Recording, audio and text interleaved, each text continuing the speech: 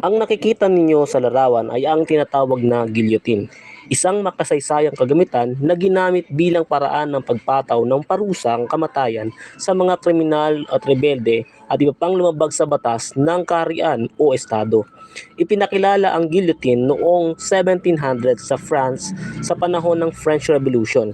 Habang layunin nitong gawing mabilis at pantay ang execution bilang paraan ng pantay na pagtrato sa lahat.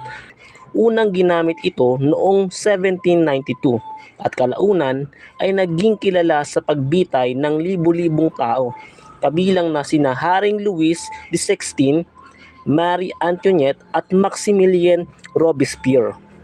Sinasabi na noong 18th century ay naging instrumento ang guillotine sa pag-execute sa ilang mga government leaders or politicians na may issue ng korupsyon, kung kaya't ito'y naging symbol of terror noong French Revolution. Noong mga nakaraang mga buwan, kabi-kabila ang mga issue ng korupsyon sa ating gobyerno, partikular na ang issue ng flood control at ghost projects. Sa mga nakalipas na administrasyon at maraming mga taon, lagi namang kasama sa kampanya ng ating gobyerno ang paglaban sa korupsyon. Pero bakit hanggang ngayon ay hindi pa nare-resolba ang issue na ito? Ano kaya ang mali at kulang sa sistema ng ating gobyerno? Nasa namumuno ba o nasa ating batas? Wala bang pangil ang ating batas kung kaya't walang takot ang mga kawatang politiko sa pagnanakaw ng pera sa taong bayan?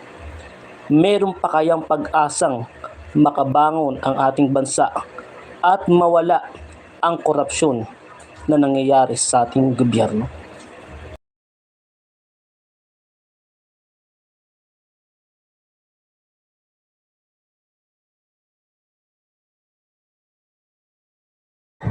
Siya nga pala, kung bago kayo sa aking YouTube channel, ay maaari bang pakihit ang subscribe button at pakiclick na rin ang notification bell para updated kayo sa mga bagong uploads.